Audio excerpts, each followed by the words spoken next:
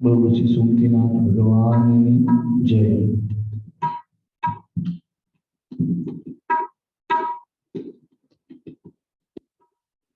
नवकार मंत्र है प्यारा, जिसने लाखों को तारा, उस महामंत्र का जाप जपो, भवजल से मिले किनारा। नमो अरिहंताणं, नमो सिद्धाणं, नमो आयर्याणं, नमो उभचायाणं, नमो लोये सब सावणं, नमो लोये सब सावणं। ऐसो पंचनमुक्कारो सब पाप प्रणाशनो, मंगलाणं च सौवेति परमं भवै मंगलम्। नमो नमो नमो नमो नमो नमो नमो नमो नमो नमो नमो नमो नमो नमो नमो नमो। नवकार मंत्र है प्यारा, जिसने लाखों को तारा। नवकार मंत्र है प्यारा, जिसने लाखों को तारा। इस महामंत्र का जाप जपो, भवजल से मिले किनारा। नमो अरिहंताणं, नमो सिद्धाणं, नमो आयर्याणं, नमो उभचायाणं, नमो लोये सब सावणं, नमो लोये सब सावणं। ऐसो पंचनमुक्कारो सब पाप प्रणाशिनो, मंगलाणं च सौवेति परमं भवै मंगलम्। नमो नमो नमो नमो नमो नमो नमो नमो नमो नमो नमो नमो नमो नमो नमो नमो।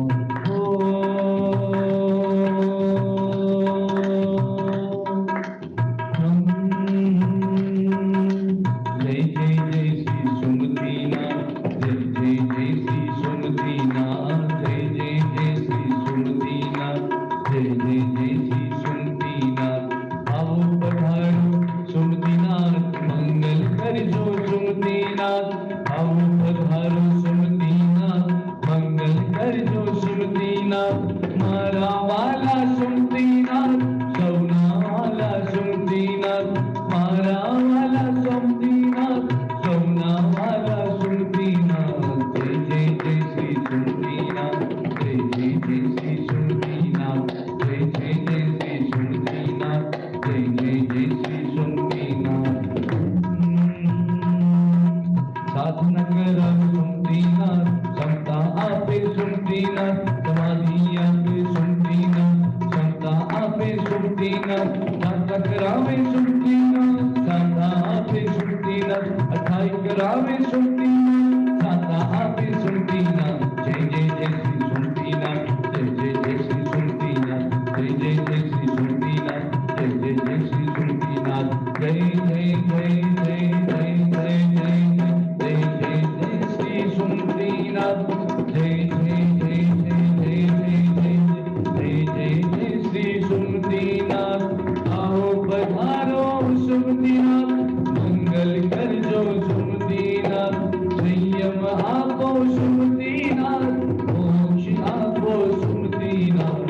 जय जय जय श्री सुमतिनाथ, जय जय जय श्री सुमतिनाथ, जय जय जय श्री सुमतिनाथ, जय जय जय जय सुमतिनाथ। बोलो श्री सुमतिनाथ भगवान की जय।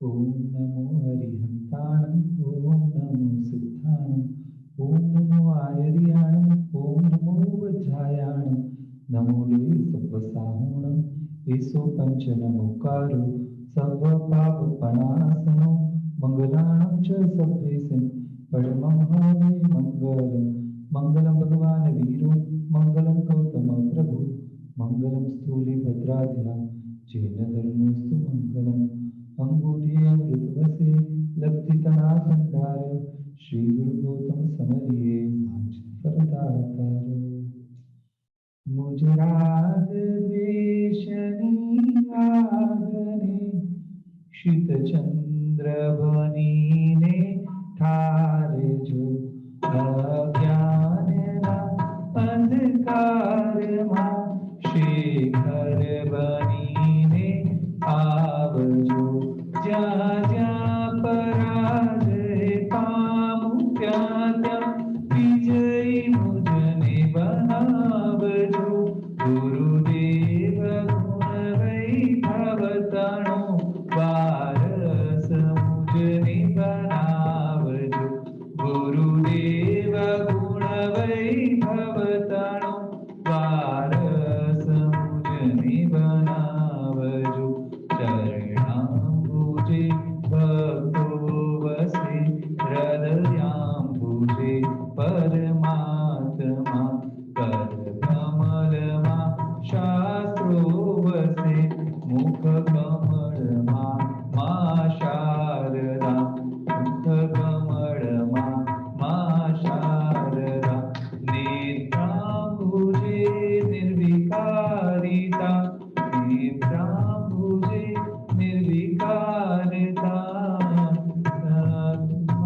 મુજ હૃદયમાં એવા ગુરુ મારા ગુરુના ચરણમાં કરું વંદના મારા ગુરુવરોના ચરણમાં કરું વંદના પર્વાણિ સંધિ પ્રોક્તાની બહુની શ્રીજીનાગમે પર્યુષણા સમમ્નાન્યા કર્મણા મર્મ ભેદ કૃત પંચ પરમેશજી ભગવંતોના ચરણોમાં કોટી વંદન અનંત લબ્ધિ નિદાનાય ગુરુ ગૌતમ સ્વામીના ચરણોમાં કોટી કોટી વંદન પધારેલા સર્વને સકલ શ્રી સૌને પ્રણામ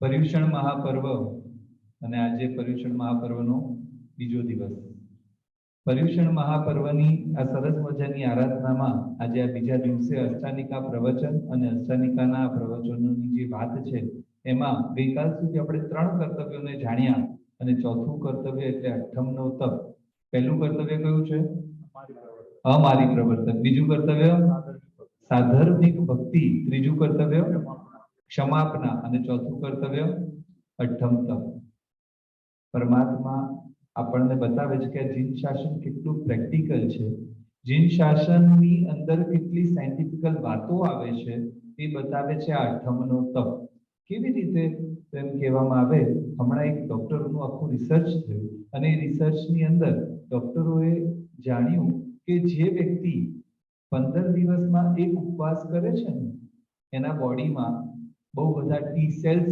વધી જાય છે અને આ ટી સેલ્સ એટલે શું કરે તો કે ભયંકરમાં ભયંકર રોગોને પણ જે બળ આપવાનું કામ કરે બરાબર ને અને એના માટેના આ ટી સેલ્સ જે શરીરમાં વધી જાય એટલા માટે આપણા પરમાત્માએ શું બતાવ્યું છે પક્ષી લેખે એક ઉપવાસ બરાબર છે ચોમાસી લેખે 2 ઉપવાસ સંવત્સરી લેખે 3 ઉપવાસ આ અઠ્ઠમની મજાની આ વ્યવસ્થા જે આપણા આત્માની સાથે આપણા બાહ્ય શરીરની પણ ચિંતા કરે વિચાર આવે મનમાં એક પ્રશ્ન થઈ જાય કે ધર્મ તો આત્મા માટેની વાત કરે તો શરીરની ચિંતા કેમ આપણે મૂળ વાત કરવી છે આત્માની તો શરીરની ચિંતા કેમ અને ત્યારે વાત કરવામાં આવે કે શરીર શું છે એક સાધન છે સાધન જેટલું સ્વસ્થ હોય સાધના એટલી મજાની થાય સાધન જેટલું સ્વસ્થ હોય સાધના એટલી મજાની થઈ શકે માટે જ અહીંયા શું બતાવવામાં આવ્યું છે કે આ શરીર રૂપી સાધનને પણ સ્વસ્થ રાખવા માટેની આ મજાની આરાધના એટલે આ અઠ્ઠમનો તપ અને આ અઠમના તપની અંદર પરમાત્માએ આપણા બધા માટે કેટલી દીર્ઘદ્રષ્ટિ વિચારી. આપણે ક્યારેક કહીએ કે પ્રભુ મારાથી તો અઠમ ન થાય, તો મારું કર્તવ્ય પૂરું ન થાય, તો શું વ્યવસ્થા બતાવી? 3 છૂટા ઉપવાસ. કઈ વાંધો નહીં, એક સાથે નથી થતા, 3 છૂટા કરી લે. આપણે કહીએ પણ પ્રભુ મારાથી ઉપવાસની તો વાત જ ન થાય, કઈ વાંધો નહીં, 6 આયંબિલ કરી લે. આયંબિલ નું તો નામ લઉં ને માથું દુખી જાય. 9 નિવી એ ન થઈ શકે તો 12 એકાશના. એક ટાઈમ ખાવાનું નથી ભાવતું, કઈ વાંધો નહીં, 24 ધ્યાસના. પ્રભુ આના સિવાય બીજું કઈ હું નૌકાશી જ કરું. અને એમાં ત્યારે બતાવવામાં આવ્યો કે 6000 સ્વાધ્યાય, 1 કલાક એક જગ્યાએ સ્થિર, સંસારની વાત પણ નહીં, વિચારવાનું પણ નહીં, ત્યારે 500 સ્વાધ્યાય થાય. હજી કદાચ 1 કલાક મારા માટે કાઢવો ડિફિકલ્ટ હોય, હજી કઈ ઓપ્શન? અને ત્યારે બતાવ્યું કે એઝ અ જૈન તમને નૌકાર તો આવડે ને? તો કે હા. તો કે કઈ વાંધો નહીં, 1 બાંધી નૌકાર વાળી, એવી રીતે કેટલી 60 બાંધી નૌકાર વાળી ગણીને પણ આપણે આપણું આ કર્તવ્ય પૂરી કરી શકીએ છીએ. શું કમાલની વ્યવસ્થા! કેટલું મજાનો આપણું આ જીન શાસન આપણને પ્રેક્ટિકલી ધર્મ બતાવે છે. ક્યાંય પણ કોઈ એમ જયારે કે જૈન ધર્મ તો બહુ ચૂસ, જૈન ધર્મ તો બધી આવી વાતો, બંધન બંધન બંધન નહીં. જૈન ધર્મના હરેક પચકાણ કે છે સેફટી. પચકાણ એ બંધન છે જ નહીં. પચકાણ શું છે? સેફટી છે. કેમ સેફટી છે? કારણ કે આપણા બધા જ પચકાણમાં આગાર મૂકવામાં આવ્યા છે. કોઈ પણ પચકાણ આપણે લઈએ, બધા પચકાણમાં અલગ અલગ આગાર મૂકવામાં આવ્યા છે. અને બધા પચકાણની અંતમાં છેલ્લે આગાર કયું મૂકવામાં આવ્યું છે? સભ્વ સમાહી બધી આગારણ. મજાની વાત, બધા આગારોની સાથે. જેવું જ નવકારસીના પચકાણમાં એવા આગાર સેજ પોરસીમાં આવી ગયા ને તો બીજા 4 શબ્દ એડ થઈ જાય. ખાલી એક નાનું પચકાણ ચેન્જ થાય. કારણ શું? તો એમાં સાહુ વૈણેણમ એક શબ્દ આવે. કારણ કે આપણે એક પોરસીનું પચકાણ અને એક ઔષધમાં અથવા મહાત્મા શું કરે? પોરસી, પોરીસી અને પોરસી ઓલમોસ્ટ સિમિલર લાગે. અને ત્યાં એ 9 વાગ્યા આસપાસના સમયમાં પોરસી ભણવાની છે. અને એ વખતે આપણે આ અવાજ સાંભળ્યો, પોરસી આવી ગઈ, પોરસીનો સમય થયો, અને આપણે કરવાનું છે પોરીસી. અને અહીંયા આપણે સાંભળ્યું કે મહારાજ સાહેબ બોલ્યા છે એટલે આવી ગયો. જ્યારે આવતું હતું અડધો કલાક પછી, પરંતુ આપણે ત્યારે વાપરી લીધું, કારણ કે મહાત્માનો અવાજ આપણે સાંભળ્યો અને માટે. તો અહીંયા આપણું પચકાણ તૂટી ગયું. તો કે ના, પચકાણ નથી તૂટ્યું, નાનું એવું પ્રાયશ્ચિત કદાચ લઈ લઈએ તો આપણે એકદમ સેફ. કારણ સાહુ વૈણેણમ, સાધુ ભગવંતનો અવાજ સાંભળ્યો અને મને એમ લાગ્યું, એટલા માટે મારાથી આ વસ્તુ થઈ. કેવી મજાની વસ્તુ! એક પચકાણની અંદર. અને કમાલની વસ્તુ ક્યાં છે? છેલ્લે મૂકવામાં આવ્યું સભ્વ સમાહી બધી આગારણ. કોઈ પણ તમારું મોટી તપસ્યા કેમ ન હોય, ગમે તેવું પચકાણ કેમ ન લો, કોઈ પણ બાધા કે નિયમ કેમ ન લઈએ, અને ત્યાં છેલ્લો શબ્દ આ પચકાણ તમારું ક્યાં સુધી? તો કે તમારા મનની સમાધિ ટકે ત્યાં સુધી. કેટલી મજાની વાત! જૈન ધર્મ બહુ સ્પષ્ટ આપણને બધાને કે છે, આમાં કોઈ પકડતા વાળી, કડકાઈ વાળી એવી વાત જ નથી. ઉલટાની એટલી બધી સેફટી આપણને અહીંયા બતાવવામાં આવી છે. અને જો એ જ્ઞાન આપણે લઈએ તો મજાથી. બાકી તો આપણા બધાનું જીવન કેવું? એક શેઠ આવ્યા મહારાજ સાહેબ પાસે, અને સાહેબ આજે તમે વાત કરી, કન્નૂરની વાત કરી, બસ હું હલી ગયો સાહેબ, પચકાણ આપી દો. સાહેબની વિચારમાં કે આ ભાઈ આજે પચકાણ લે છે, હવે તો ધર્મના કામમાં ઢીલ થાય જ નહીં. સાહેબે પચકાણ બી આપી દીધું, પણ ઓલા સાહેબને હજી બેસતું નથી. આ ભાઈ અને કન્નૂરનું પચકાણ. સાહેબ પાછા એમને પૂછે કે તમે બાધા તો બરાબર લીધી ને? જી સાહેબ, એકદમ બરાબર, બસ ખાલી મનમાં એક થોડી છૂટ રાખી લીધી. સાહેબ કે તો તમે એવું મને બોલ્યા નથી થોડી છૂટ, કઈ વાંધો નહીં, ચલો કઈ છૂટ લીધી મને એ તો કહો. સાહેબ એટલી છૂટ લીધી, સાજે માથે છૂટ. અચ્છા, અને એ સાહેબ ગામ પરગામ છૂટ. એટલે સાજા હોય તોય છૂટ, માંદા હોય તોય છૂટ, ગામમાં હોય તોય છૂટ, અને બહાર ગામ જાય તોય છૂટ. તો બાધા આવી ક્યાં? હા, આપણી બધાની વસ્તુ કેવી? ખાલી કલ્પના કરીએ કે આપણને કોઈ વખતથી આપણા વડીલ, કલ્યાણ મિત્ર, ગુરુજન, મહાત્મા જ્યારે બી આપણને કે ચલો હાથ જોડો, એટલે પેલા ફટાક દઈને આપણા હાથ જોડાઈ જાય? ન જોડે. આપણાથી શું થાય? સાહેબ શેના માટે હાથ શેના માટે જોડવાના? બોલો તો ખરી, મને બધું સમજાવો, મારા માઇન્ડમાં બધું સેટ કરું પછી અને બાહ્ય સંસારની આવી બધી વસ્તુઓમાં ખાલી કલ્પના કરીએ. મારા ધર્મ માટે, મારા પ્રભુની આજ્ઞા માટે જ હાઉ એન્ડ બાય કેમ, હું કેમ પરમાત્માનો બતાવેલો મજાનો ધર્મ આત્મા સાથે કેમ ન કરું, મજબૂતીથી કેમ ન કરું. અને માટે જ અહીંયા જે વ્યવસ્થા બતાવવામાં આવી છે, આ મજાનો અઠમનો તપ, અને આ અઠમના તપમાં કેવું મજાની વાત કરે છે. એક નવકારશીનું ખાલી પચકાણ, હા, એક નવકારશીનું પચકાણ, અને શું કમાલ કરી દે.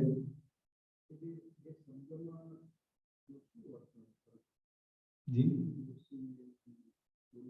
હા, પોરીસી અને પોરસી, આ બંને પોરસી ભણવાની હોય છે, અને પોરીસી એટલે આપણા પચખાણનો એક નિયમ છે.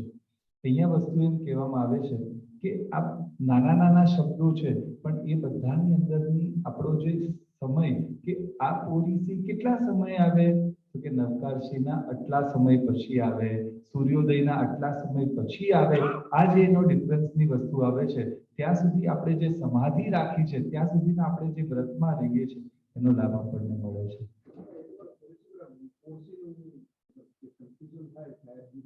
હા જી, ભણવા માટેનું, એ જે ભણવા માટેનું, સ્વાધ્યાય માટેનું એ જે સમયની વસ્તુ.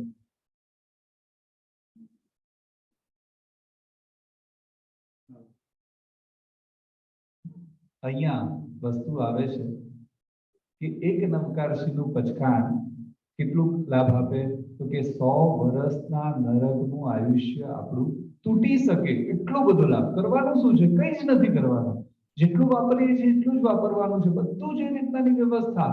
ખાલી આ પચકાણ સૂર્યોદય પહેલા લઈ લેવાનું છે, અને બસ પછી 48 મિનિટ સુધી આપણે કંઈ વાપરવાનું, કંઈ જ નથી કરવાનું. અને તેમ છતાં આપણને વિચાર આવે કે આટલું એક નાનું પચકાણ જો એટલો લાભ અપાવી શકતો હોય, તો આજે એની આગળના પચકાણમાં જઈએ, કેટલો મજાનો લાભ. અને જ્યારે અઠમના તપની વાત આવે ત્યારે વિચાર આવે એ નાગકેતુ. આપણે હર વર્ષે કદાચ એમના દ્રષ્ટાંતની આ વાત સાંભળીએ અને વિચાર આવે કે આ નાગકેતુનો અઠમ, કારણ શું? નાગકેતુએ પૂર્વમાં કઈ એવી આરાધના કરી કે માતાનો વિયોગ થવો, સાવકી માતા આવી, અને એ વખતમાં માતા તરફથી થોડું દુઃખ મળવું, પણ સાથે કોણ મળવું? કલ્યાણ મિત્ર મળવો.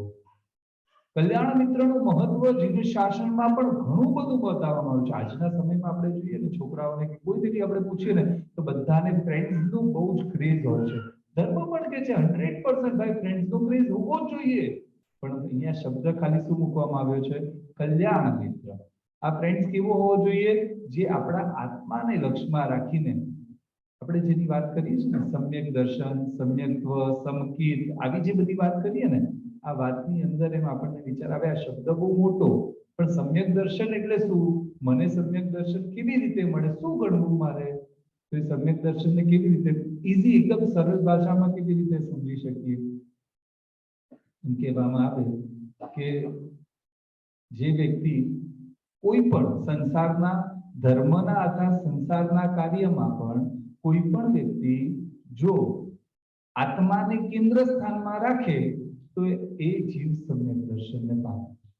સિમ્પલ, એકદમ સરળ, બીજું કંઈ જ આપણે કદાચ નહીં. આપણે સંસારના જ બધા કાર્યોમાં હોઈએ, અને તેમ છતાં વસ્તુપાલ તેજપાલ માટેની વાત આવે.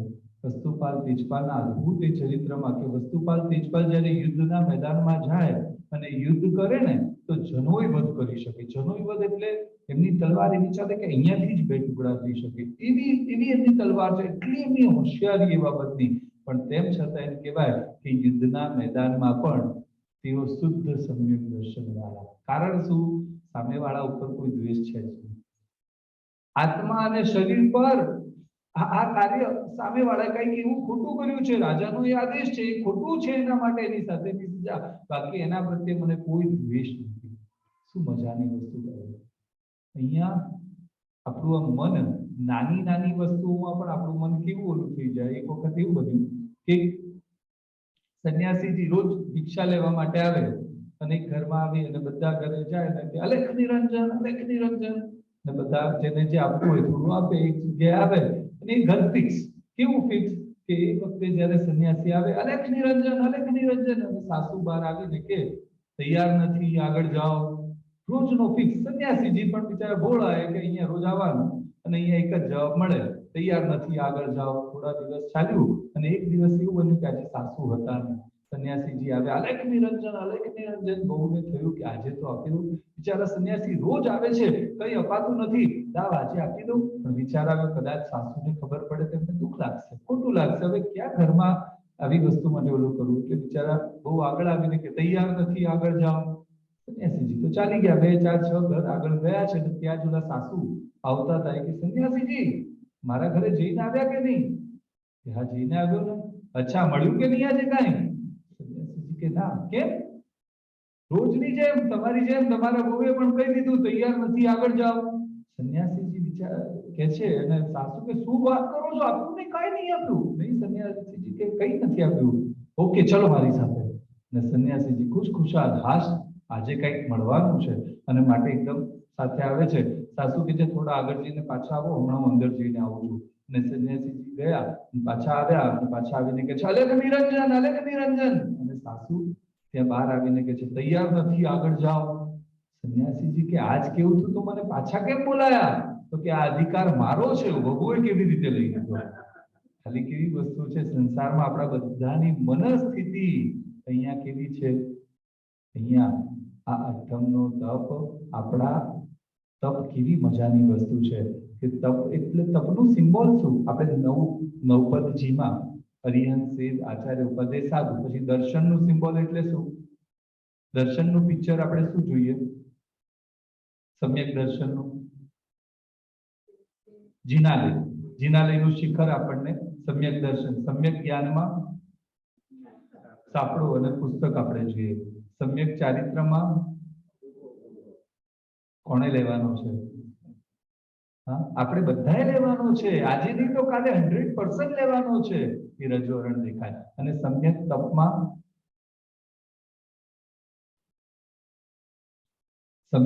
શું દેખાય? અગ્નિ ત્યાં એ દેખાડવામાં. અગ્નિ એટલે શું? કે જે તપ કરે બહુ ગુસ્સો કરે.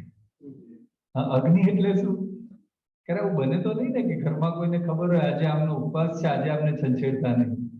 હા, એવું તો ન થાય ને. હા,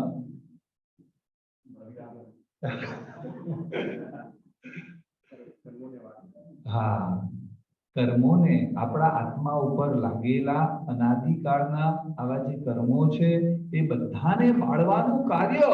કારણ કે સુવર્ણ પણ જ્યારે ખાણમાંથી નીકળે છે ને ત્યારે કાળું છે. હીરા પણ જ્યારે માઇન્સમાંથી નીકળે છે ત્યારે કાળા છે. એવા કઈ મજાના કઈ જોવા કોઈને ગમતા નથી. એ સારા ક્યારે બની શકે છે? જ્યારે પોલિશ થાય છે ત્યારે.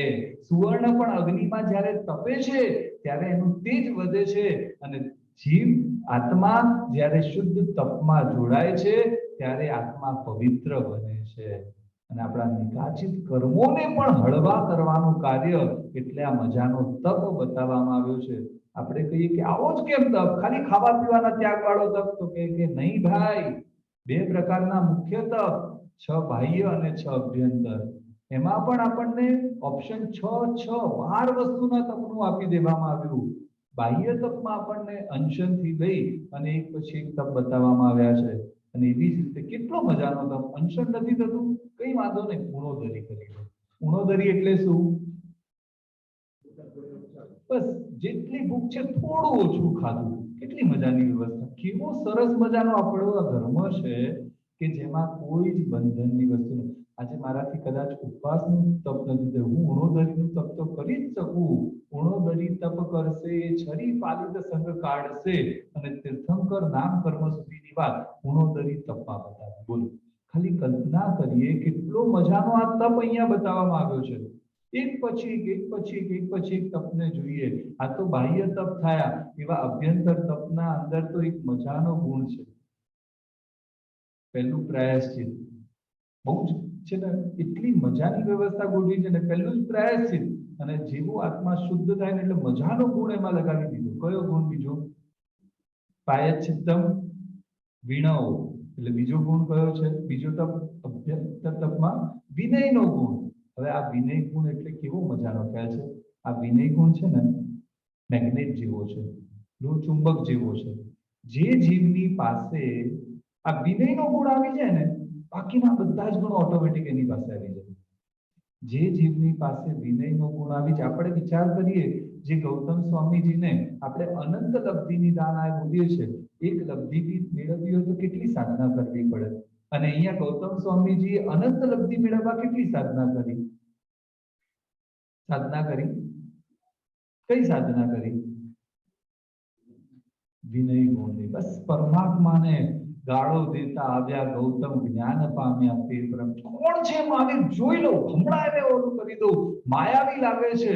અને પ્રભુએ આવીને ઇન્દ્રભૂતિ ગૌતમ, તમારા મનમાં આ સંદેહ છે, અને જેવો એનો જવાબ આપ્યો, બોલ, પતી ગયું. સંપૂર્ણ સમર્પણ. જ્યાં સુધી પ્રભુ હાજર હોય, મારા મનનો પણ ઉપયોગ ન મૂકો. શું કમાલની વાત છે. આ વિનય ગુણની કઈ સીમા સુધી પોતે પહોંચ્યા છે, અને માટે જ આપણે એમને અનંત લબ્ધિ વિધાન કહીએ છીએ. એટલે આપણને પરમાત્માએ બધા તપમાં આ અભ્યંતર તપનો, વિનયનો ગુણનો તપ પણ કરીએ ને, તો પણ આત્માની અંદર કેટલો વિકાસ થાય. વાત કરી રહ્યા છે આપણે આ નાગકેતુની. પૂર્વના ભવમાં આવી વસ્તુ પણ કલ્યાણ મિત્ર મળી ગયો ગુરુ ભગવંત પાસે, અને ત્યાં એને જાણવા મળ્યું આ બધામાં કોઈનો વાક નથી. બેટા નહીં, તારી સાવકી મમ્મી નહીં, પેલી મમ્મી નહીં, પપ્પા નહીં, કોઈનો વાક નહીં. આ બધો જ વાક કોનો? આપણા કર્મોનો. દીકરા, આ કર્મને દૂર કરવા શું કરે સાહેબ? આ બધું દૂર થઈ શકે. મમ્મી મને સારી રીતે બોલાવે, 100% બોલાવે, મને હાથ ફેરવે માથે, હા તને પણ મારાથી હાથ ફેરવે. ક્યારે? આ કર્મ દૂર થઈ જાય. તો કેવી રીતે કર્મ દૂર થાય? આ 3 ઉપવાસ, આ અઠમનો તપ કરી લઈએ ને, આ કર્મ આપણા તૂટે. એમ એવું હોય સાહેબ? તો મારે કરવો છે, મારે કરવો અઠમ. મનમાં એક ભાવ લઈને આવ્યો છે, ઝૂંપડીમાં સૂતો છે, અને એ વખતે કોણ જાણે માતાને એની બુદ્ધિ સૂજી વિચાર કરે છે, બસ આને ખતમ કરવો છે. કોઈ છે નહીં, ત્યાં આગ લગાડી છે, અને એ અગ્નિમાં પોતે બળી રહ્યો છે, અને તેમ છતાં કોઈ પ્રત્યે દ્વેષ એને આવતો નથી. એક જ ભાવના ચાલી રહી છે, અઠમ. હા, આમ આપણને એમ લાગે કે ભાઈ આવું તો મારાથી થાય નહીં, મને સતત ભૂખ લાગ્યા કરે, મને ખાવાનું તો જોઈએ. પણ ખાલી કલ્પના કરે કે કોઈ મોટા બોસ હોય, કોઈ મોટા વેપારી હોય, અને આપણી સાથે વેપાર કરવો હોય કે 24 કલાક વગર ખાધે મારી સાથે આ કાર્ય કરો, મને માલ બતાવો, આ કરો, તે કરો, ખાવા માટેનો કોઈ બ્રેક નહીં મળે, તો તમને મોટો ઓર્ડર મળે. તો થાય કે નહીં? આપણાથી 100% થઈ શકે. કહેવાનો મતલબ આપણા આત્માની અંદર બધા જ બળ પડેલા છે, મજબૂતીના બળ પડેલા છે. બસ ખાલી આપણે એને ધર્મની દ્રષ્ટિથી એને જોઈને વિકાસ કરાવીએ, આત્માનો મજાનો ગુણ થઈ શકે. અહીંયા એ બાળક અઠમના ભાવમાં મળ્યો. ત્યાંથી શેઠના ઘરે જ્યારે બાળકનો જન્મ થયો, અને એ વખતે પર્યુષણ મહાપર્વની આરાધના આવવાની, બધા લોકો કે આપણે તો અઠમ કરવું. વારંવાર આ અઠમ શબ્દ સાંભળતાની સાથે બાળકને જાતિ સ્મરણ જ્ઞાન થાય. ખાલી કલ્પના કરીએ કે આપણે પણ આપણા બાળકોની અંદર જે સંસ્કરણ વારંવાર આપીએ ને, જે વસ્તુ વારંવાર બોલીએ ને, જે વસ્તુ એમની સામે વારંવાર વર્તન કરીએ ને, આપણે બહુ અલગથી કહેવાની જરૂર પણ નથી પડતી, અને ઓટોમેટિક એની અંદર એ બધા ગુણો આવી જાય. આપણે સહજ આપણા વડીલને પ્રણામ કરતા હોઈએ ને, તો દીકરાને અલગથી કહેવાની જરૂર નહીં પડે કે તું પગે લાગ. એના માટે બટ નેચરલ, એકદમ સહજ. મારા પપ્પા પણ કરે છે, મારા વડીલો બધા અમદાવાદ જોયું જ છે, કે પ્રણામ તો આમ જ થઈ જાય. આપણે એમ કહેવાય ને, ભૂલો ભલે બીજું બધું, મા બાપને ભૂલશો નહીં, અગણિત છે ઉપકાર એના, એ કદી વિસરશો નહીં. 100%. પણ અત્યારના સમયમાં એક બીજું પણ ગીત છે, ભૂલો ભલે બીજું બધું, સંતાનને ભૂલશો નહીં, અગણિત છે ફરજો તમારી, એ કદી વિસરશો નહીં. આપણી એટલી બધી ફરજો છે, કારણ કે આ સંતાનો પ્રત્યેની આપણી નાની પણ જો ચૂક થઈ જાય છે, અને એનું આપણે બહુ મોટું નુકસાન વેઠવવું પડે. માટે અહીંયા એની મજાની વાત આવે. અહીંયા આ દીકરો વારંવાર આ સાંભળે. કોઈ પણ વસ્તુ આપણો સંસ્કાર ક્યારે બને? કોઈ પણ વસ્તુ આપણો સારો અથવા ખરાબ સંસ્કાર ક્યારે બની જાય?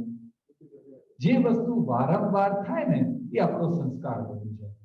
અને અહીંયા આ અઠ્ઠમના લયમાં હતો. અહીંયા અઠ્ઠમ સાંભળ્યો અને એ બાળક વિચાર કરે હવે તો અઠ્ઠમ કરવો છે અને 3 દિવસ સુધી કઈ નહીં, મોંમાં નહીં ખાવાનું, નહીં પાણી. અને એવું નાનું બાળક, થોડા દિવસોનું એ બાળક મૂર્છિત થાય, વૈદ્યરાજ આવે, નાડી તપાસવામાં થોડી ભૂલ થાય, શબ્દ નીકળે કે બાળક તો મરી ગયો. આ શબ્દ સાંભળતા પિતાને આઘાત લાગ્યા, પિતાના પ્રાણ ગયા. બાળકને લઈને દફનાવવામાં આવે. 3 દિવસ પૂરા થઈ ગયા છે અને ધર્મેન્દ્ર દેવનું સિંહાસન ચલાયમાન થયું. બીજી બાજુ રાજાના સૈનિકો આવ્યા છે. નગરમાં કાયદો છે કે જે ઘરમાં પિતા રહ્યા ન હોય, બાળક હોય નહીં, એનું બધું જ ધન રાજા લઈ લે. અને આ બાજુ ધર્મેન્દ્ર દેવ સૌથી પહેલા એ બાળકના મોઢામાં અંગૂઠાથી અમૃતનો સંચાર કરાવી દે. અને બીજી બાજુ ક્યાં આવે, ભાઈ શું કરો છો, તમને નથી ખબર આ નગરનો કાયદો છે, પણ આનો દીકરો તો જીવે છે, કોઈ સવાલ જ નથી. અને ત્યાં આવે છે, જેવો ખાડો ખોદ્યો, બાળક અંદર હસતો હતો. બધા વિચારમાં પડ્યા, રાજા વિચારમાં પડ્યા. પૂછવામાં આવે છે કેમ, આ તમને કેવી રીતે ખબર પડી? અને ત્યાં એ કહે છે હું ધર્મેન્દ્ર દેવ છું. આ દીકરાએ અઠ્ઠમનો તપ કર્યો હતો અને તપના પ્રભાવે આજે મારે અહીંયા આવવાનું થયું છે. આ બાળક બહુ મોટો સિતારો થવાનો છે. આ બાળક, રાજન, તમારા નગરમાં એક વખત એવી મોટી આફત આવવાની છે અને એ આફતને દૂર પણ કોણ કરશે? આ બાળક દૂર કરવાનો છે. અને માટે કોઈ પણ આને કે એના માતાને ક્યારે હેરાન કરશો નહીં. ત્યાંથી દેવ ચાલ્યો જાય છે. સરસ મજાના સંસ્કરણો સાથે બાળક ધીરે ધીરે મોટો થતો હોય, લગભગ 6, 7, 8 વર્ષ આસપાસની ઉંમર. અને એવા સમયમાં એક વખત રાજાથી એક વ્યક્તિને સજા અપાઈ જાય, એને ગુનો કર્યો ન હોય અને ફાંસીની સજામાં મરીને બેતર બને. અને એવા સમયમાં એને વિચાર આવે કે હવે હું આખા નગરને સમાપ્ત કરી દઉં, મોટી શિલા તૈયાર કરી છે, રાજાને ચેલેન્જ આપી ખતમ કરું છું, આખો નગર ખતમ કરું છું. અને એ વખતે રાજાને યાદ આવી ગયો કે ઓલો મારા નગરમાં નાગકેતુ, અને એ આ વસ્તુને દૂર કરવા વાળો છે.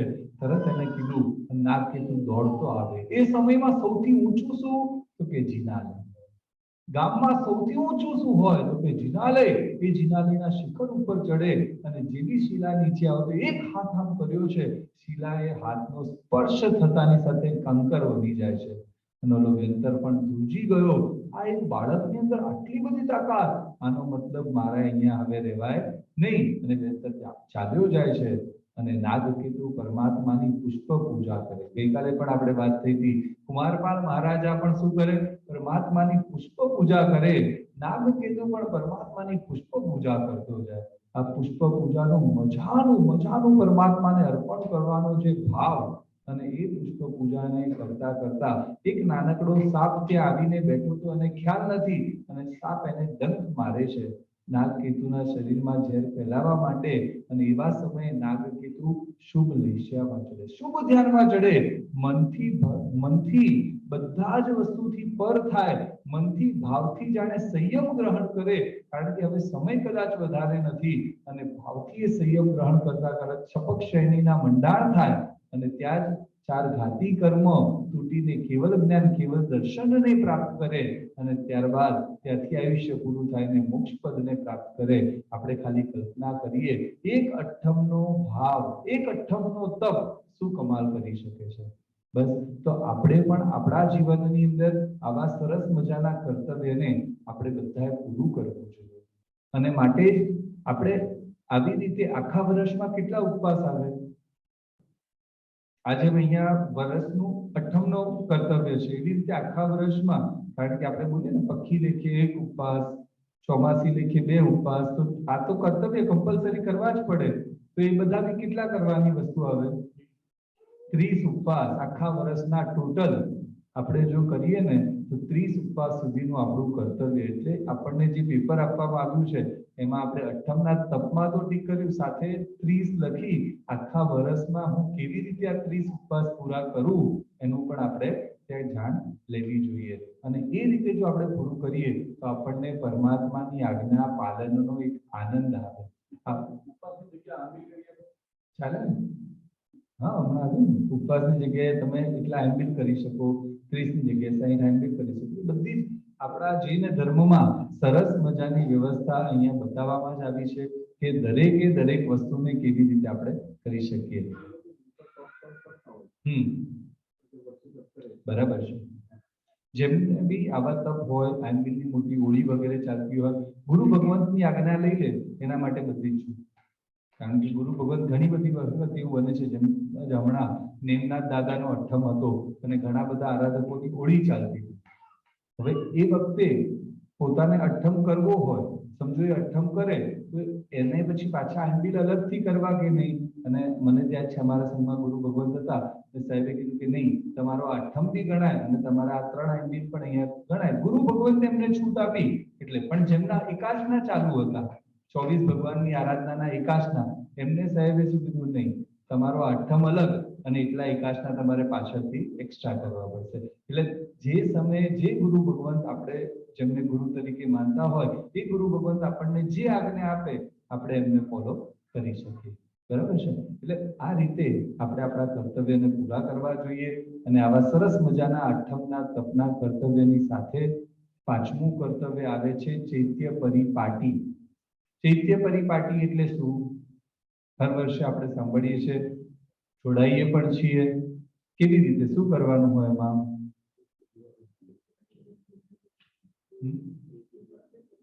જિનાલય, અલગ અલગ જિનાલયોને જુહારવા આપણે જઈએ. અહીંયા જો પર્યુષણના દિવસોમાં ચૈત્ય પરિપાટીનું આયોજન લગભગ સંઘોમાં બહુ ડિફિકલ્ટ હોય. એટલે ઇન્ડિયામાં તો લગભગ બધા પાછળથી ક્યારેક આવી રીતે રાખતા હોઈએ છીએ. આપણે અહીંયા કરતા હોઈએ છીએ સંઘની સાથે.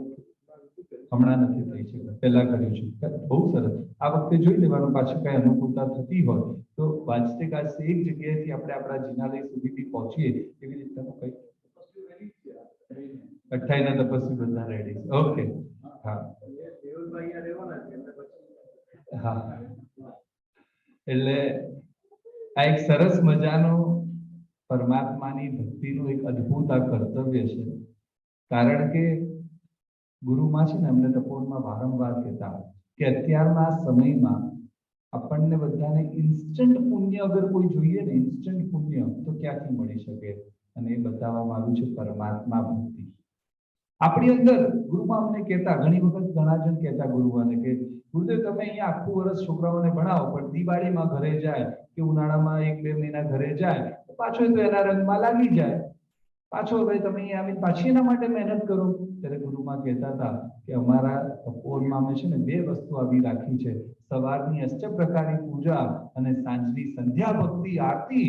આ 2 એવું કરે ને એટલે મને એટલો વિશ્વાસ છે ગમે તેવું ઝેર એનામાં ચડ્યું હોય ને, પણ આ પરમાત્મા ભક્તિથી બધું જ ઝેર. આ પરમાત્મા ભક્તિ.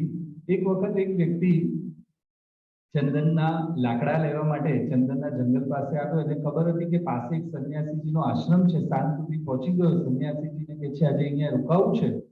સંન્યાસીજી કે કઈ વાંધો નહીં, રોકાઈ ગયો. સવાર પડીને લાકડા લેવા ગયો છે, થોડી વારમાં જ પાછો આવ્યો. સંન્યાસીજી બોલે કે ભાઈ કેમ પાછો આવ્યો?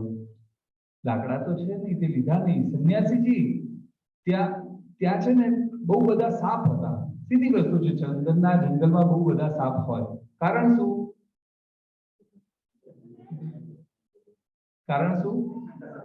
ઠંડક. એટલે ચંદનનો ગુણ છે શીતળતાનો અને સાપનો ગુણ છે ક્રોધનો, ગરમનો. એટલા માટે ચંદનના જંગલમાં વધારે હોય. આપણને આપણા વડીલ કોઈ વાત કહે તો આપણે માની લઈએ કે ન માની લઈએ? અહીંયા એક વખત એવું બન્યું, એક સંન્યાસીજી પાસે એના શિષ્ય આવે કે ગુરુદેવ મને આ કામ છે, હમણાં હું બહાર જઈને આવું છું. ગુરુ કહે છે કે બેટા રહેવા દે, થોડી વાર પછી જાય. ગુરુદેવ મને કામ છે, હું ફટાફટ જઈને આવું છું. થોડી વાર પછી જાય. નહીં ગુરુદેવ કામ છે ને, હમણાં જઈને આવું છું ને, ફટાફટ આવું છું. થોડી વાર ગયો ને પાછો આવ્યો. ગુરુદેવ કે કામ પતી ગયું બેટા? તો કે નહીં, પાછો આવી ગયો. કારણ શું? કે બહાર ગયો ને સારા કામ માટે જવું હતું, પણ સામે ગધેડો હતો, ગધેડો ભોંક્યો, બધાએ અવાજ કર્યો એટલે પાછો આવી ગયો. તો ગુરુ કે છે ગુરુને બોલાતો નહીં માના, ગધેડને બોલાતો માના. આપણી પરિસ્થિતિ કેવી છે કે વડીલો આપણને ક્યારેક કંઈક કહે ત્યાં આપણાથી મનાય નહીં, અને કાળની થપાટ પડે તો આપણાથી માની જવાય છે. માટે જ આ પર્યુષણ મહાપર્વમાં જે વસ્તુ બતાવવામાં આવી છે ને, મજાની વસ્તુ છે. અહીંયા આજ સંન્યાસીજી ઓલાને કહે છે ભાઈ તું સવારે જ નીકળી ગયો, અહીંયા મારે તને એક વાત કરવાની હતી, લાકડા તારે જોઈતા હોય. શું કરું સંન્યાસી, કેવી રીતે લઉં? ચિંતા નહીં કરજો, હું પણ અહીંયા બાજુમાં સાપની વચ્ચે રહી કેમ શકું છું ખબર છે? મારી પાસે આ મોર છે, મોર, પીકોક. આ મોર તું તારી જોડે લઈને જા, એ ત્યાં ટહુકાર કરશે ને એટલે બધા સાપ ભાગવા પડશે. હા, આ તો સારું થઈ ગયું. અને મોર લઈને જાય છે ને મોર ટહુકાર કરે, સાપ ભાગે અને મજેથી લાકડા લઈને ત્યાં આવ્યો. વસ્તુ બતાવે છે આપણી અંદર પણ છે ને ક્રોધ, માન, માયા, લોભ, ઈર્ષ્યા, નિંદા, વિષય, કષાય, ઘણા બધા સાપોલિયા પડ્યા છે અને સમયે સમયે બધા સાપ ઊંચા નીચા થાય. પણ એવા સમયે ગુરુમાં કહેતા, પરમાત્મા રૂપી મોર જો આપણે બેસાડી દઈએ ને તો કોઈ સાપની તાકાત નથી આપણને ઝેર આપી શકે. માટે આ ચૈત્ય પરિપાટીનું કર્તવ્ય એટલે મારા પરમાત્માને મારા હૃદયમાં મોરની જેમ હું સ્થાપિત કરી દઉં, બસ આ મજાનું કર્તવ્ય છે. અહીંયા આ પરમાત્માની આજ્ઞાના પાલનની અંદર જે મજાની વાતો મૂકવામાં આવી છે કે પરમાત્માની બતાવેલી આ આજ્ઞાઓ આપણા બધાની અંદર છે ને આત્માને વિકાસ કરાવનારી છે. કોઈ પણ પરમાત્માની આજ્ઞા, એક પણ પરમાત્માની આજ્ઞા એવી નથી જેનાથી આપણને દુઃખ પહોંચે અથવા તકલીફ થાય. બધી જ આજ્ઞામાં સેફટીની વાત આવે અને એવી આજ્ઞાઓમાંની વાત અગર જો આપણે કરીએ તો આ પરમાત્માની ભક્તિ ઘણા બધા લોકોએ ઘણી બધી રીતે કરી.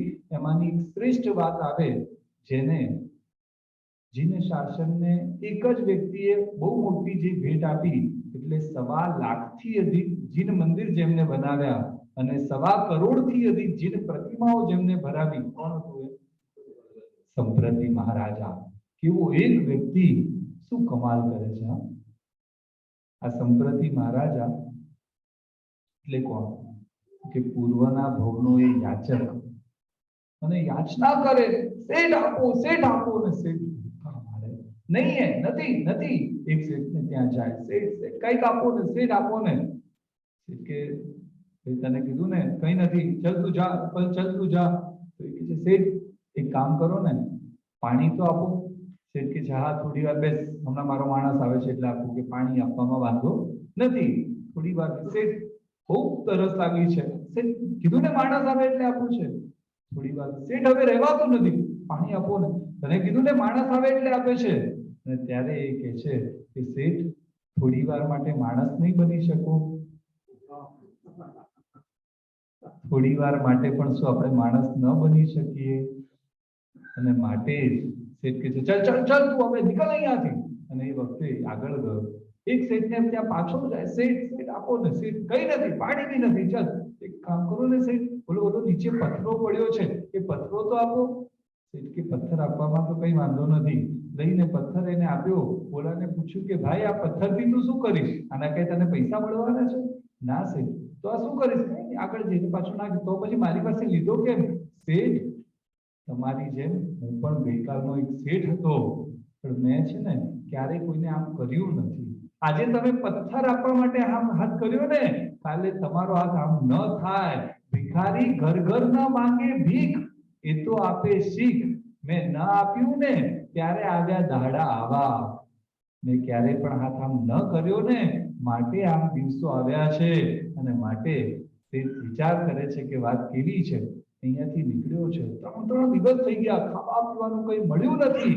અને યુવાન મુનિ જઈ રહ્યા છે, પગ પકડી લીધા. મુનિ ભગવાનને કહે છે, સાહેબ બસ તમે કરુણાના સાગર છો, તમે બધાને બધું જ આપો છો, મને આપો સાહેબ, હું મરી જઈશ. અને મુનિથી રહેવાયું નહીં. મુનિ ભગવંતને કરુણા આવી અને મુનિ ભગવંત તેને લઈને ત્યાં જાય છે. ઉપાશ્રયમાં આવ્યા. ગુરુ ભગવંત જ્ઞાની છે, આને જોયો અને કે છે ખાવા માટે જે કરવું પડે કરીશ. સાહેબ કે છે દીક્ષા લેવી પડે, કબૂલ, જે કોઈ કરવું, ખાવાનું મળવું જોઈએ. કે ઠીક છે. ત્યાં ને ત્યાં દીક્ષા લીધી, ભોજન મળ્યું છે. ભોજન વાપરે છે અને અતિ વપરાઈ ગયું છે. અને માટે થોડું પેટમાં દુખાવો ઉઠ્યો છે. નગરમાં વાત ફેલાઈ ગઈ છે, કોઈ આજે નૂતન દીક્ષિત થયા છે, બધા પ્રતિક્રમણ કરવા આવ્યા છે, એમની સેવા ચાકરી કરે છે. જે શેઠ સવારે બહાર નીકળતા હતા એ જ શેઠ અત્યારે કોઈ હાથ દબાવે, પગ દબાવે, માથું દબાવે, ડોક્ટરને બોલાવે. આ યાચક વિચાર કરે, આ વેશની કેવી કમાલ છે. હું કોણ છું? એનો એ જ વ્યક્તિ છું. અડધો દિવસ પહેલા તો હજી મેં ખાલી આ કપડાં પહેર્યા છે, અને આ કપડાં બી કેમ પહેર્યા છે? ખાવા માટે પહેર્યા છે. ખાલી કલ્પના કરો, જીન શાસનમાં બતાવેલી એક અનુષ્ઠાન, એક વિધાન, એક ક્રિયા, એનું જે મહત્વ છે ને, આપણને વિચાર આવે કે આ સામાયિક ના ચરવલો કટાશનું ઉત્પત્તિ કોઈ જીવ એમ કે આપણો ધર્મ તો ભાવ ઉપર ટકેલો છે. સરસ, સાચી વાત છે. મને બિલકુલ ભાવ જ નથી તો હું સામાયિક કેમ કરું? હું એમને બેસીને ધ્યાન કરી લઉં, મારે સામાયિક કરવું નથી. સામાયિકના ઉપકરણ વગર હું એમને ઓલું કરી લઈશ. શું છે એની તાકાત? ત્યારે બતાવવામાં આવે છે, શાસ્ત્રમાં કહેવામાં આવે કે એક વ્યક્તિ, એને કોઈ ભલે ભાવ નથી પણ એ કટાશના ઉપર બેઠો છે અને એક વ્યક્તિ સામે એમને બેઠો છે. એમ કહેવામાં આવે, ચારિત્રના ઉપકરણ વગર બેઠેલો વ્યક્તિ 70 કોડા કોડી સુધીનું પાપ બાંધી શકે, અને આ ઉપકરણ જેના હાથમાં ખાલી હોય અથવા એની ઉપર એ બેઠો હોય એ હોવાના કારણે એનું હાઈએસ્ટ ક્યાં સુધી જાય તો કે 1 કોડા કોડી, 69 કોડા કોડી સુધીનું પાપ આ ઉપકરણ હાથમાં હોવા માત્રથી નથી લાગતું. શું જીન શાસનની કમાલ છે! ખાલી આ ઉપકરણોનું જે તાકાત બતાવવામાં આવી છે, હવે વિચાર કરો, એમાં થોડો ભાવ ભળી ગયો, એમાં થોડી ક્રિયા થઈ ગઈ, એમાં એક ક્ષણ માટે મન આવી ગયું, કમાલ થઈ જાય આપણી. શું જીન શાસનની એક વસ્તુ બતાવવામાં આવી છે. અને અહીંયા જ આ યાચક વિચાર કર્યા, મુનિ ભગવત વિચાર કરે છે, હું તો એનો જ છું. આ બધા જ શેઠો આજે ધન્ય છે. જીન શાસન લાખ વંદન છે. જીન શાસન પ્રત્યેનો અહોભાવ વડે આયુષ્ય ત્યાં જ પૂરું થયું અને સીધું નેક્સ્ટ ભાવમાં કોણ મળી ગયા? સીધા સંપ્રતિ મહારાજા બની જાય. અને એ સંપ્રતિ મહારાજા હજારો લાખો નગરો જીતીને આવી રહ્યા છે. આખું નગર ખુશખુશાલ છે, પણ સામે એક નજર જાય અને બધું જ મહોત્સવ બંધ કરાવે. કારણ શું? એવું શું જોઈ લીધું એમણે? સંપ્રતિ મહારાજા એવું શું જોયું કે આટલો મહોત્સવ ચાલતો હતો, ઢોલ નગાડા બજતા હતા, બધા જ લોકો, આખું નગર ખુશ હતું, અને એક જ સેકન્ડમાં બધું સ્ટોપ થઈ ગયું. કારણ શું? ગઈકાલે જે મેં સેન્ટેન્સ કીધું ને, એને અહીંયા કનેક્ટ થાય છે.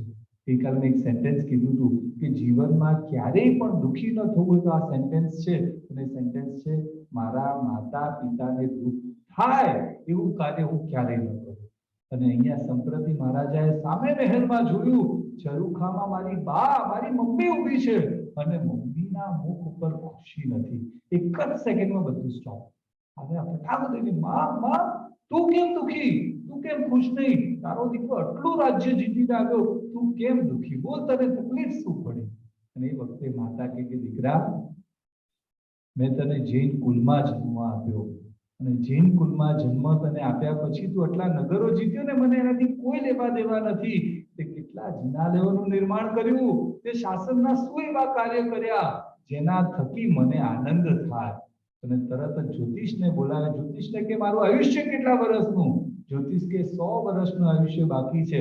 આજથી જ નિયમ લઉં છું, જ્યાં સુધી એક જિનાલયનું કાર્ય ચાલુ ન થાય ને, ત્યાં સુધી અન્ન અને પાણી ન થાય. રોજનું જ્યાં સુધી સાંભળીશ નહીં કે એક જિનાલયનું કાર્ય ચાલુ થયું, ત્યાં સુધી અન્ન અને પાણીનો ત્યાગ. શું કમાલની વસ્તુ! એક અડધા દિવસની દીક્ષા ક્યાં રાજા બનાવે, અને એ રાજા પણ કેવા, એક માતાના મુખ ઉપરની ગ્લાનિને દૂર કરવા માટે આવો અભિગ્રહ ધારણ કરે. શું જીન શાસન મળ્યું છે! અને એવી જ રીતે 100 વર્ષના એટલે 36,000 નવા જિનાલય અને 89,000 જિનાલયોનો જીર્ણોદ્ધાર. અને એ વખતે ઝરૂખામાં થોડો સમય પછી ઉભા છે, જોવે છે આચાર્ય ભગવત આખો સંઘ જઈ રહ્યો છે. દોડતા આવ્યા આચાર્ય ભગવતના પપ્પા, સાહેબ મને ઓળખ્યો? સાહેબ કે હા ભાઈ, તમે રાજા? નહીં સાહેબ, બરાબર છો, મને ઓળખો. સાહેબ કે તમે રાજા, બીજા કોણ? હા, સંપ્રતિ મહારાજા. બસ? નહીં સાહેબ, મને ઓળખો. સાહેબ કે ભાઈ કોણ? અને એ વખતે એ આચાર્ય ભગવંત એટલે કોણ? જે યુવાન મુનિ આ યાચકને ગુરુ ભગવંત પાસે લઈને ગયા હતા, અને એ હવે આચાર્ય ભગવંત હતા, ને હતા પરમ પૂજ્ય આચાર્ય ભગવંત આર્ય સુહસ્તી સુરીશ્વરજી મહારાજ સાહેબ. અને ત્યાં એમને કે છે કે સાહેબ, હું ઓલો યાચક. અને સાહેબ વિચારમાં પડી ગયા, એક અડધા દિવસની ખાવા માટે લીધેલી દીક્ષા શું કમાલ કરે છે!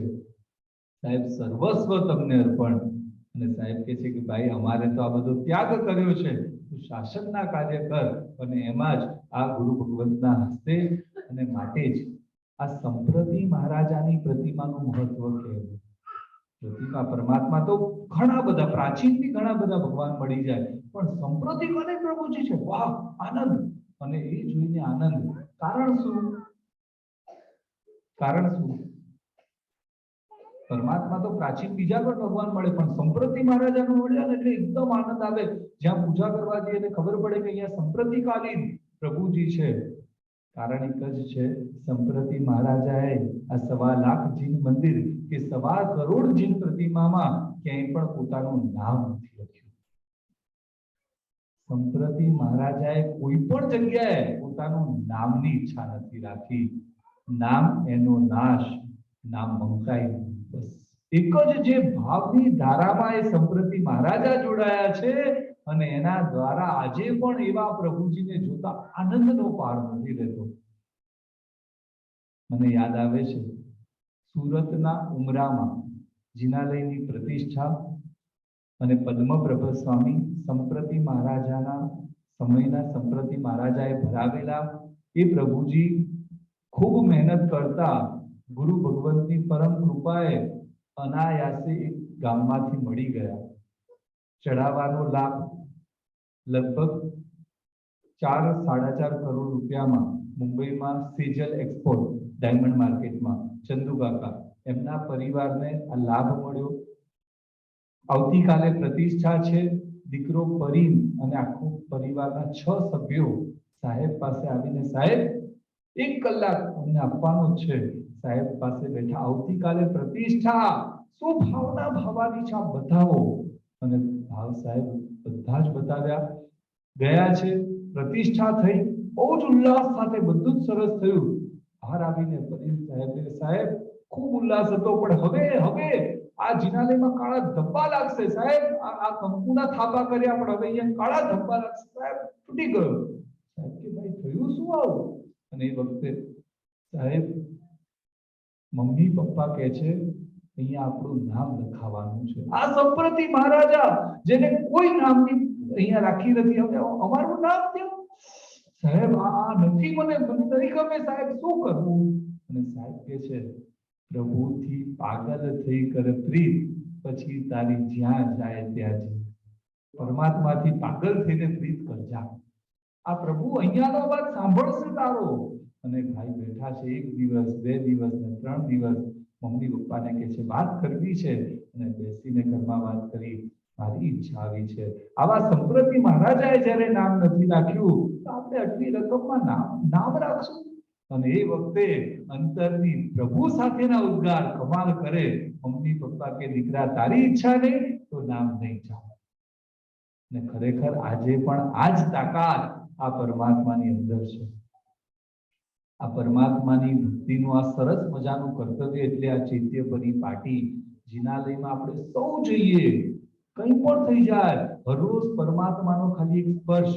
અમેરિકાના એક સિટીમાં એક વ્યક્તિ રોજ એક જાપ કરે.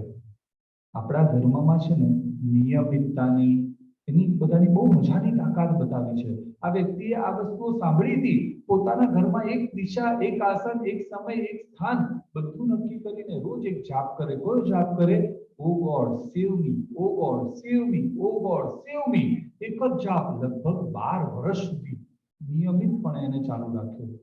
એને વિચાર આવ્યો કે મેં આ જગ્યાએ આટલી બધી આ ભૂમિ ચાર્જ કરી છે, તો આ ભૂમિ જ્યારે ચાર્જ થઈ હોય મારે એનો થોડો અનુભવ કરવો છે. અને કોર્ટમાં એક કેદીનો ભયંકર કેસ ચાલી રહ્યો હતો. કેદી કોઈ સામે માનવા તૈયાર નહોતો. અને એ વખતે આને પોતાની પગ લગાડી અને ત્યાંથી વાત કરે છે કે આને એકવાર આ કેદીને ત્યાં મારે લાવવો છે. બધી ઓળખાણ હતી, પરમિશન મળી જાય છે અને એ વ્યક્તિને લાવીને ત્યાં આવો. કંઈ જ નહીં. પણ જેવો એ રૂમમાં પ્રવેશ કરે છે અને ઠાબુદીને તૂટી જાય છે, ઓ ગોડ સેવ મી, રડતા પોતાના બધા જ પાપોનું પ્રાયશ્ચિત કરે છે. ખાલી કમાલની વસ્તુ એ જ છે, આ જીન શાસન, આ પરમાત્મા, એમની જે અજબ ગજબની તાકાત છે ને, આપણે બેસી જઈએ સરસ મજાની. આપણે બધા પરમાત્માની પાસે જઈને સ્તુતિ બોલીએ. કારણ શું છે સ્તુતિ કેમ બોલવાની? શું છે સ્તુતિ? એ શું છે? પ્રભુના ગુણ ગાવાના, બીજું કઈ? આપણો ભાવ જાગે, બીજું કઈ? પ્રાર્થના, હજી કઈ?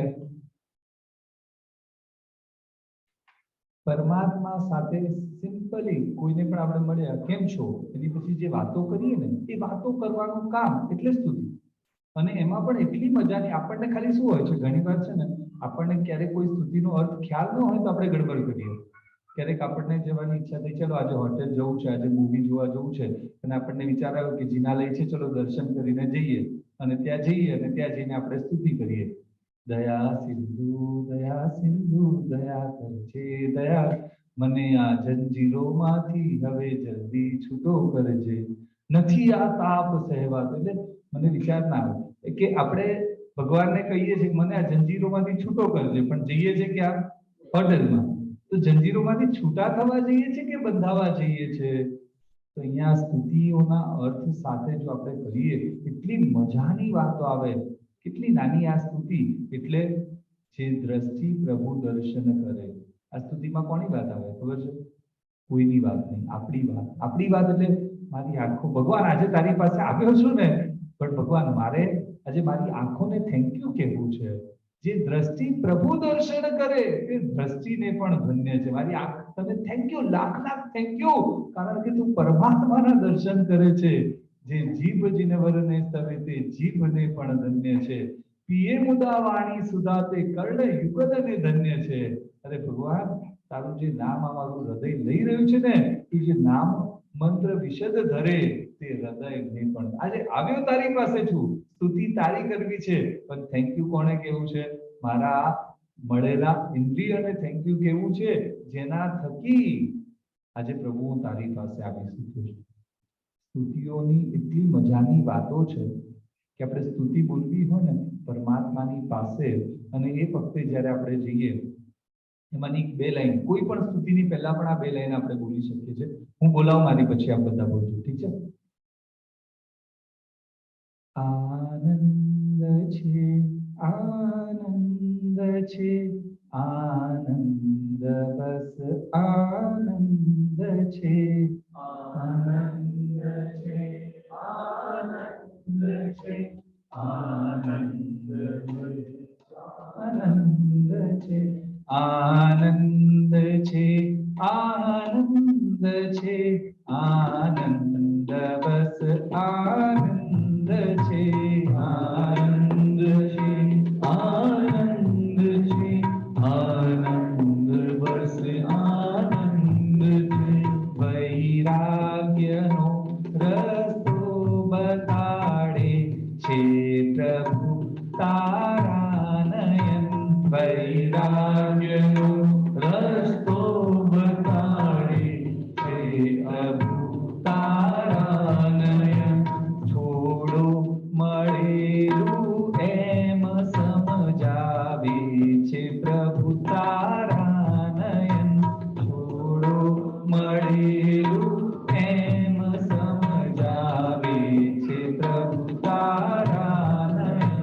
સારું થશે જોયા કરો એવું કહે તારા નયન. સારું થશે જોયા કરો એવું કહે તારા નયન. નયનો ઘણા છે વિશ્વમાં, નજરાણું છે તારા નયન. નયનો ઘણા છે વિશ્વમાં, નજરાણું છે તારા નયન. આનંદ છે, આનંદ છે, આનંદ બસ આનંદ છે, આનંદ છે, આનંદ છે, આનંદ બસ આનંદ છે. કેટલી મજાના પદ છે. આનંદ આવે કે ના આવે? ક્યારે જિનાલયમાં જઈને ખાલી બે લાઈન બોલી, આનંદ છે, આનંદ છે, આનંદ બસ આનંદ છે, બધું જ સ્ટ્રેસ આપણું ઝીરો થઈ જાય. કારણ કે પરમાત્મા નયનો ઘણા છે વિશ્વ. કેવા મજાના શબ્દો છે. વૈરાગ્યનો રસ્તો બતાડે છે પ્રભુ તારા નયન.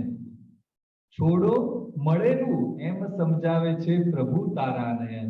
અને મજાની વાત, હમણાંનો જે આ પીરિયડ જ્યારે એકદમ ટફ ચાલ્યો હતો અને એવા સમયે કેવી આ એક લાઈને કમાલ કરી હતી, સારું થશે જોયા કરો એવું કહે તારાને. બસ પ્રભુને જોઈએ ને, સારું થશે જોયા કરો, કઈ વાંધો નહીં એવું કહે તારા નયન.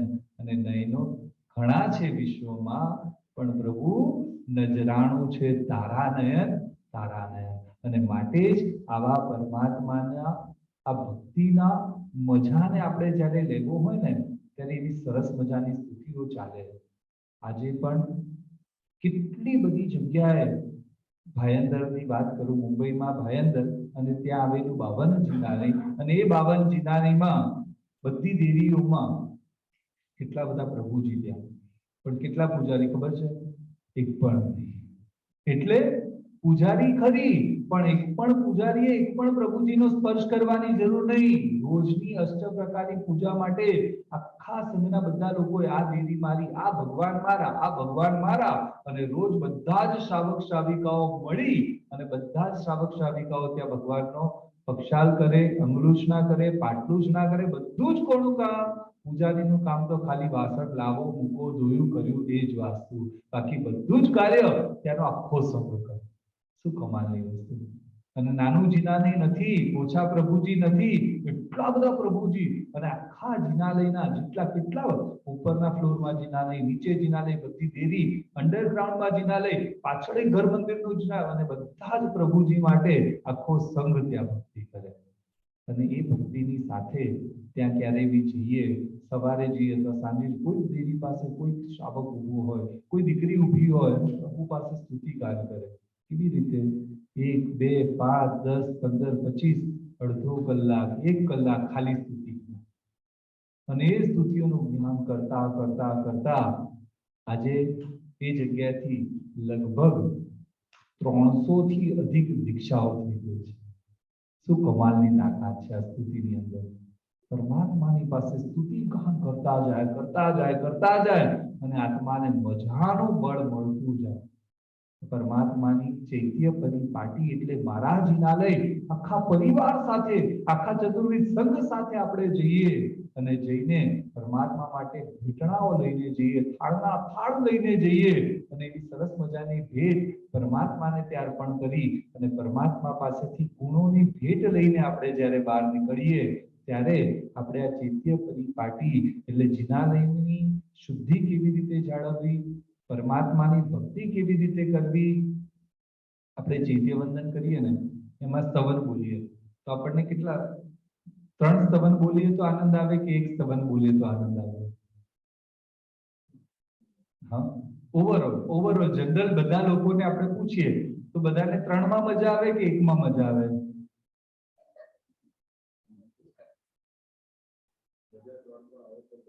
હા, બધા 1 બોલે. ઓકે, હવે એક જે બોલવું છે એમાં આપણને 11 ગાથાનું પણ મળ્યું છે અને 5 ગાથાનું પણ મળ્યું છે, તો કયું ચૂઝ કરીએ આપણે? હા, ટાઈમ પર ડિપેન્ડ. ઓકે, ચલો હવે ઓવરઓલ આપણો તો રોજનો ટાઈમ એટલો બધો છે ને કે તો કયું પ્રિફર કરીએ આપણે એમાં? 5 ગાથાનું, અને 3 ગાથાનું કોઈ સ્તવન મળી જાય તો આજે તો આનંદ જ આનંદ. હા, અહીંયા એક મુનિ ભગવાન રોજ પરમાત્માની ભક્તિ કરે, રોજ ચૈત્ય વંદન કરે અને રોજ સ્તવન બોલે. કેટલા સ્તવન બોલે? તો 1, 2, 5, 7, 11 સ્તવનો બોલે. કેટલા સ્તવન બોલે? 11 સ્તવનો. અને હરેક સ્તવન ઓછામાં ઓછું 11 ગાથા.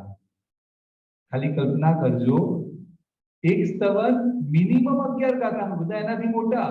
આવા 11 સ્તવનો રોજ બોલે, અને આજે જે 11 સ્તવન બોલ્યા છે એનો વારો 1 મહિના પછી આવે. એટલે આપણે કલ્પના કરી શકીએ લગભગ 350 થી અધિક સ્તવનો એ ગુરુ ભગવંતને આવડતા હશે, જે 11 ગાથા પ્લસના. નાના સ્તવનો તો કેટલા આવડતા હશે, કલ્પના ન કરી શકીએ. શું મજાનો આનંદ આવે! તો આ પરમાત્માની ભક્તિ આપણે જે ઉલ્લાસ સાથે કરવી છે ને, આ પરમાત્માની આજ્ઞાના પાલનમાં આપણને આજે આ એક તિલક પણ કરવા મળી રહ્યું હોય ને, યાદ આવે કપડવી મંત્રી. એક તિલકની રક્ષા માટે 16 યુગલો, 17 યુગલો ધગધગતી પૂરીની જેમ તિલની કઢાઈમાં નવપર્ણિત યુગલો તળાઈ ગયા છે આ તિલકની રક્ષા ખાતર, અને ત્યારે આપણને તિલક કરવા મળ્યું છે. શું આપણે બધા હરરોજ આ જિનાલય આવીને તિલક લગાવીએ કે ન લગાવીએ? હા, એની હાવ ગમે તે થઈ જાય, એક સંકલ્પ રાખવાનો કે કંઈ પણ થઈ જાય, મારે જિનાલય જવું છે અને તિલક લગાવવું છે. બસ 100% સીધી વસ્તુ છે. ઓફિસ અને તિલક લગાવીને આપણે જ્યાં જઈએ, મારા પરમાત્માની આજ્ઞા અહીંયા મસ્તકે ચડે પછી તો આનંદ હી આનંદ, કોઈ તકાત નથી, કારણ કે મારા પ્રભુની આજ્ઞા અહીંયા મસ્તકે લાગી છે. હા, કેટલી મજાનો આપણો ધર્મ છે. તિલક એટલે શું? પરમાત્માની આજ્ઞાને હું મસ્તકે ધારણ કરું છું. આનો મતલબ જ બહુ સ્પષ્ટ છે. કદાચ હું 4 વસ્તુ ફોલો ન કરી શકું, ઓકે, કોઈ કારણથી વાંધો નહીં, પણ હું એક્સેપ્ટ તો કરું જ છું 100%. એનો મતલબ એ થઈ ગયો, હું ક્યારેય કોઈને એમ નહીં કહું કે આજે તો રાતના ખવાશે. હું ક્યારેય કોઈને એમ તો નહીં જ કહું કે ક્યારેક તો ચાલે. કારણ શું? કારણ કે હું માનું છું જે રાતના ખાય તો એને આવો દોષ પરમાત્માએ બતાવ્યો છે લાગે, એટલે હું ફોલો કરીશ, પ્રયત્ન કરીશ. મારાથી ઓછું ફોલો થાય, એક વખત ચાલશે, પણ મારી માન્યતામાં તો કોમ્પ્રોમાઇઝ ક્યાંય નહીં થાય, એટલું બતાવતું આ પરમાત્માની આજ્ઞાનું આ તિલક આપણે આપણા મસ્તકે લગાવવાનું છે. વાત આવે જીન શાસનમાં એટલા પુણ્યશાળીઓએ આ ચૈત્ય પરિપાટીના કર્તવ્યને કેવા મજાથી પૂરા કર્યા છે. આજની તારીખમાં પણ કેટલા આત્માઓ એવી અદ્ભુત રીતે આ કર્તવ્યને પૂરું કરે. મને યાદ આવે શત્રુંજય ગિરિરાજ. અને ગિરિરાજ આપણે જવાના તો છીએ, પણ ઓલમોસ્ટ બધા એકવાર જઈને આવ્યા છો, ઓછામાં ઓછું, બરાબર છે?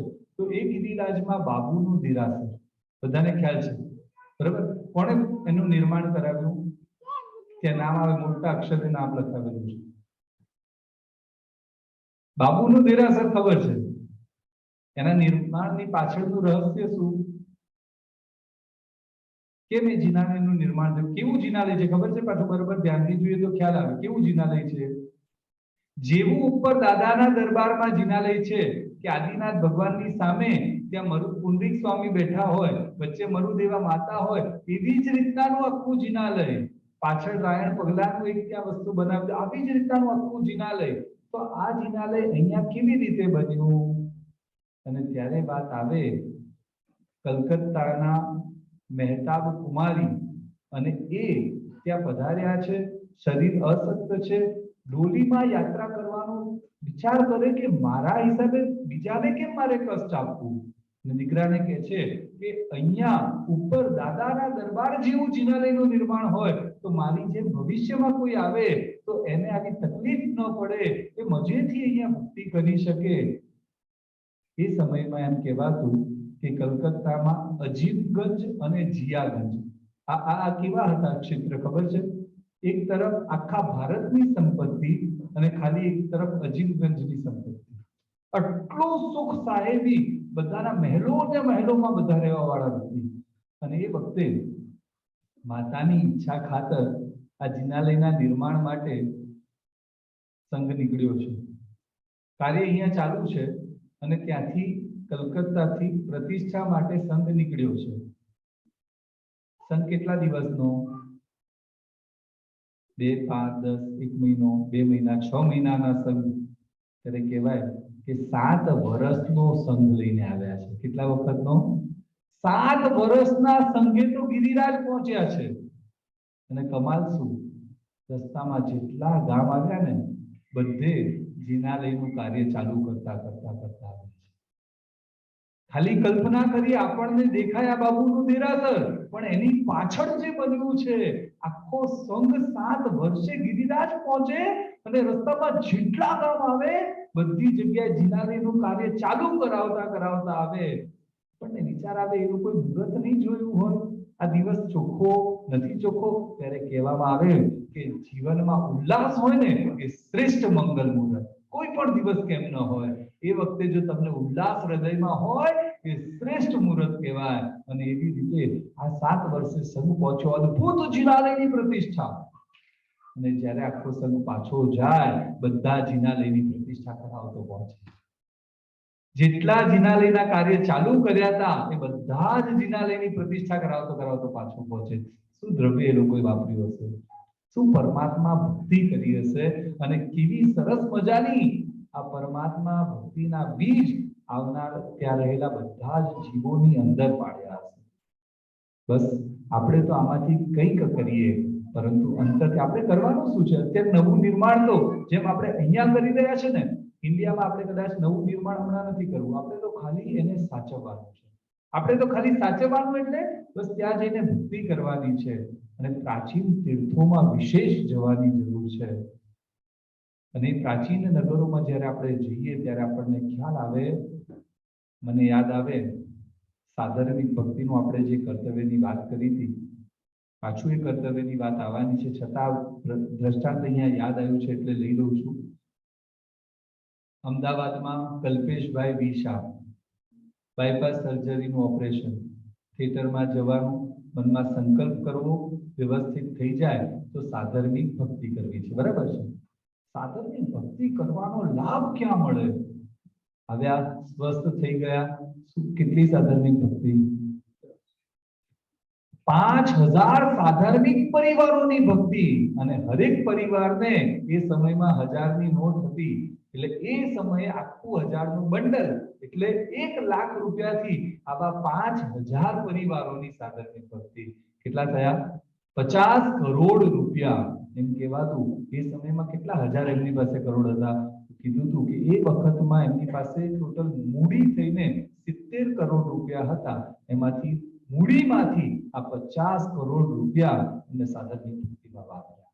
શું કમાલની વાત છે! કેવું મજાનું આ જીન શાસન છે, અને કેવી ઉદારતાથી, અને બધા કઈ રીતના, તો આવા જે તીર્થોના વિહાર ક્ષેત્ર હોય એવી બધી જગ્યાએ જવાનું, અને ત્યાં જૈનોના 2 ઘર, 5 ઘર, 7 ઘર, 1 ઘર, અને એવા ઘરોમાં જઈને પોતે ભક્તિ કરવાની. શું કમાલની વાત છે! લાખ લાખ વંદન કરવાનું મન થઈ જાય, અને અંતર આપણું કહી દે અહો જીન શાસનમ, અહો જીન શાસનમ. કેવું મજાનું આ શાસન મળ્યું છે, આ પરમાત્માની ભક્તિનું બીજ. કારણ કે આ મારા સાધર્મિકો અહીંયાથી આવતા જતા સાધુ સાધ્વીજી ભગવંતોની ભક્તિ કરવા વાળા મોક્ષાવિકા છે. લાવ એમને હું સાચવી દઉં. શું મજાના કાર્યો થઈ રહ્યા છે! તો બસ આપણે બધા પણ આવી કંઈક સરસ રીતે એક ચૈત્ય પરિપાટીના કર્તવ્યને કેવી રીતે ઉલ્લાસથી પૂરું કરવું એના વિચારોમાં આપણે બી જોડાશું. સરસ મજાના એ કર્તવ્યને પૂરા કરવા માટે આપણે જેમ સારી વસ્તુમાં જઈએ છીએ ને, એવી એની આશાતનાથી કેમ કેમ બચવું એના પણ ઉપાયોને આપણે જોશું. અને આગળ એ બધા જ ઉપાયોને જોઈ શુદ્ધ ધર્મ કરીએ. કારણ કે ધર્મમાં ક્વોન્ટિટી બહુ ઇમ્પોર્ટન્ટ નથી, પણ ક્વોલિટી મસ્ટ ઇમ્પોર્ટન્ટ છે. અને માટે જ હું કદાચ થોડો ધર્મ કરું પણ શુદ્ધ કરું, તો મારું એ શુદ્ધ પુણ્યનું બધી પુણ્યનું ઉપાર્જન થાય, અને મારા આત્માનો વિકાસ એમાં થઈ શકે. એવા શુભ ભાવો સાથે અત્યારની વાતને આપણે રાખીએ. વાર્ષિક 11 કર્તવ્ય, એ બધી વાતોને આપણે સાંજે અને આવતીકાલે પણ એ વાતોને લઈશું.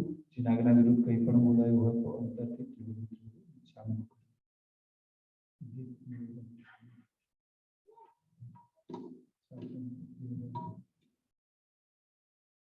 जिनवर तारु शासन आ जगમાં છે મહાન, એના આધારે મારે તરવો આ સંસાર.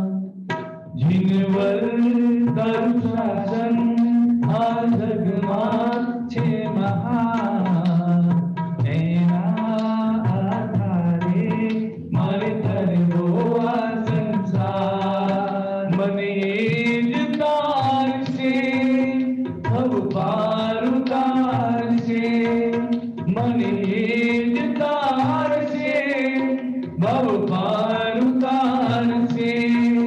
मझधार मानिया काठे पहुंचाड़ से